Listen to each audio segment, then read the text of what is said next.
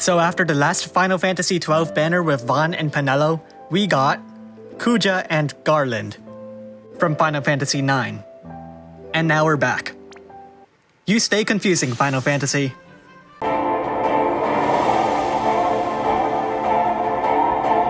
Dethroned Heroine Ashe's Trustmaster reward, Simply Myself, is a materia that increases the unit's magic by 30% and increases the unit's HP and magic by 20% if the unit chooses to hold a dagger or a sword.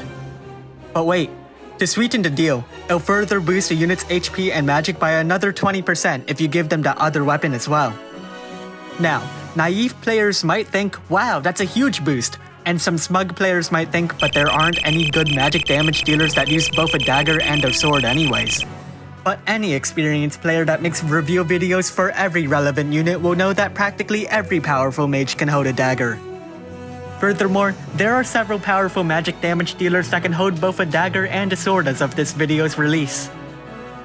But before we reach a premature conclusion and go, gee, that's a must-pull Trustmaster reward, think about it one step further. This is a magic boosting materia that needs your unit to hold a sword and a dagger for its full effect. And while swords and daggers are common enough, ask yourself this: do you have any good magic swords or daggers? The most powerful examples will no doubt be Super Trustmaster rewards, but there are some good alternatives.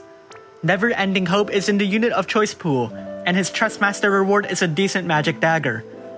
Of course, it won't replace any of the rods that you can get from the Scorn trials, but it'll do if you're short on magic daggers.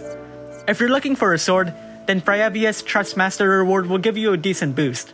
Sure, Magitech Warrior Terra has a better Magic Trustmaster reward sword, but she's not in the unit of choice pool. In the end, this is a Trustmaster reward with some incredible potential, but its restrictions will be rather tight. But if you end up getting this Trustmaster reward anyways, chances are you may already have a unit who's practically perfect for fulfilling those conditions. Still, you better think twice if you want to consider the mileage this Trustmaster reward can give you. Well, let's move on to her Super Trustmaster reward.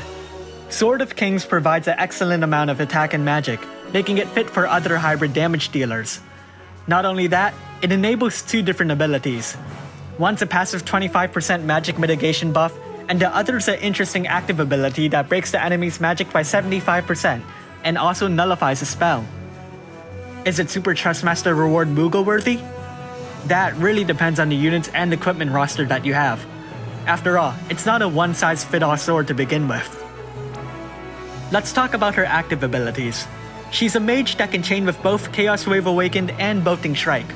It's a bit like Benevolent Beauty Rem, though Ashe also has a Final Fantasy XII Oreo Ray chaining ability from Luminescence. It's actually a physical attack with magic damage, meaning you can imbue Ashe with any element to make elemental chains of any other Oreo Ray attack. Let's move on to her magic abilities. She has 3 different elemental attacks: Wind, Fire, and Lightning. They also go ahead and imperil the enemy's respective elemental resistance by 100%. She also has Telekinesis, which is just a bit more powerful than those 3 attacks. But in the long run, all 4 attacks aren't very important. She has several other interesting abilities that can raise her survivability. Mist Barrier mitigates general damage by a whopping 65%, though it's only applied for herself and lasts only for a single turn. Unfortunately, this isn't something you can share with the rest of your team, even with Masterminds on. Mist Decoy casts a Provoke and a 30% general mitigation buff on another ally for 3 turns. If you don't take advantage of passive Provoke, then this is a good way to turn a tank into a Provoker, though you really shouldn't rely solely on this ability. She also has Dual Cast, so let's check out her magic spells. She has Raise, Kuraga, Thundaja, and Re-Raise. That's already an excellent set of magic, so she can definitely help out your healer if your team's in danger. Let's move back to her active abilities. At this point, we move to her Bolting Strike attacks. Her Grand Elemental attacks deal more damage than her Mist attacks, further imperils the enemy by 110% for their respective elements, and increases her limit burst gauge by 1/4 of its max capacity.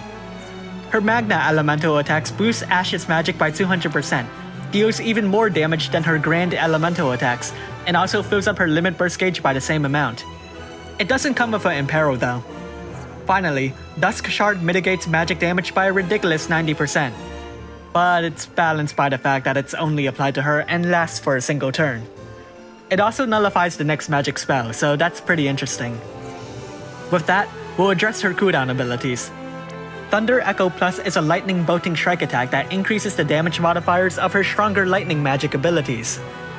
Mist Bubble cures any status ailments on your team and grants a 5000 HP barrier that lasts for 2 turns. She also has 3 other elemental cooldown abilities for wind, fire, and lightning. Each one chains with bolting strike and enables a set of incredible elemental abilities for a single turn. In fact, they're so powerful that you can't triple cast them as part of her regular rotation. She does, however, give you the ability to cast all 3 at once with those cooldown abilities. Each Mist Charge enables a Northswain's Glow, Heaven's Wrath, and Maelstrom's Bolt elemental bolting strike attack, which depends on the specific Mist Charge cooldown ability you casted. Though outside of the element, they all do the same thing anyways. Northswain's Glow will imperil the enemy's elemental resistance by 120%, increases Ashe's magic by 300%, strengthens the damage modifiers of the other unlockable abilities, and cures any status ailments that may be inflicting your entire team. It only lasts for 1 turn though. Heaven's Wrath will deal damage that partially ignores the enemy spirit, further increase the damage modifier of Maelstrom's Bolt, and heals your entire team. Finally, Maelstrom Bolt deals damage that also partially ignores the enemy spirit, increases Ashe's limit burst gauge by half of its max capacity, casts an Imperil that will rise from 110% to 120% during the next 3 turns, and will increase the damage modifiers of the next 3 abilities when they're available again. You might be wondering if there's a drawback. That drawback will depend. Those 3 abilities actually require a bit of Ashe's limit burst gauge. Speaking of which, let's talk about her limit burst. It can decrease the enemy's lightning resistance by 120%, increases Ashe's magic by 200%, and deals lightning magic damage that partially ignores the enemy spirit. On the next turn, it would automatically fill up her limit burst gauge by half its max capacity. Let's talk about her passives. First off, her magic can increase by a good amount if you give her a light or heavy shield. She'd also prefer to carry a sword. You might have already realized that this will cost her a dagger for the boost from her Trustmaster reward. So, dagger or shield? To be frank, it's a difficult question as it might actually be better to just give her 1 weapon with the equipment available to us. In the end, take a look at your equipment roster. Most shields won't provide a flat boost in magic anyways, and the best Super Trustmaster reward magic daggers will no doubt further Ashe's magic stat. But on the other hand, we have a plethora of equipment that can boost a unit's performance if they choose to hold a single rod, so you can definitely go down that path too. In other news, she has a 150% avian and aquatic killer and has an incredible amount of limit burst gauge boosting passives, so you shouldn't have to worry about any of its costs. With that done, let's create a rotation. I'll be using lightning magic damage, as Thunder's Echo Plus puts her lightning damage ahead of her wind and fire attacks. For whatever reason, she doesn't have a cooldown ability that helps her on turn 1, so we'll stick with Grand Spark and 2 Magnus Sparks instead. On turn 2, cast Thunder's Echo Plus, use Spark Mist Charge, and cast Magnus Spark. On turn 3, select the 3 unlockable lightning abilities, Northswain's Glow, Heaven's Wrath, and Maelstrom Bolt. The Imperil from Maelstrom Bolt will take effect on turn 4, so there's no need for Grand Spark. Instead, triple cast Magnus Spark. On turn 5, cast Thunder's Echo Plus, Spark Mist Charge, and Magnus Spark once again. Then on turn 6, repeat with the 3 unlockable lightning abilities. On turn 7, triple cast Magnus Spark. At this point, you should be able to grasp the rotation from here. Unlike other characters, her rotation is pretty uniform, as each 3 turns are basically the same. So how good is Dethroned Heroine Ashe? She comes nowhere close to Angel of Death Kuja, but her damage more or less exceeds Garland's capabilities. That is, if you decided to follow my last damage rotation for Garland. If you decided to take advantage of both his fire and dark elemental attacks, he's a bit better than Ashe overall. But Ashe also has other advantages. Much like Benevolent Beauty Rem, she's very capable of helping out your team with the occasional magic spell. Mist Barrier and Dusk Shard can also be combined to make her very tanky against magic damage for a single turn. Furthermore, these aren't cooldown abilities, so you can cast them whenever you'd like.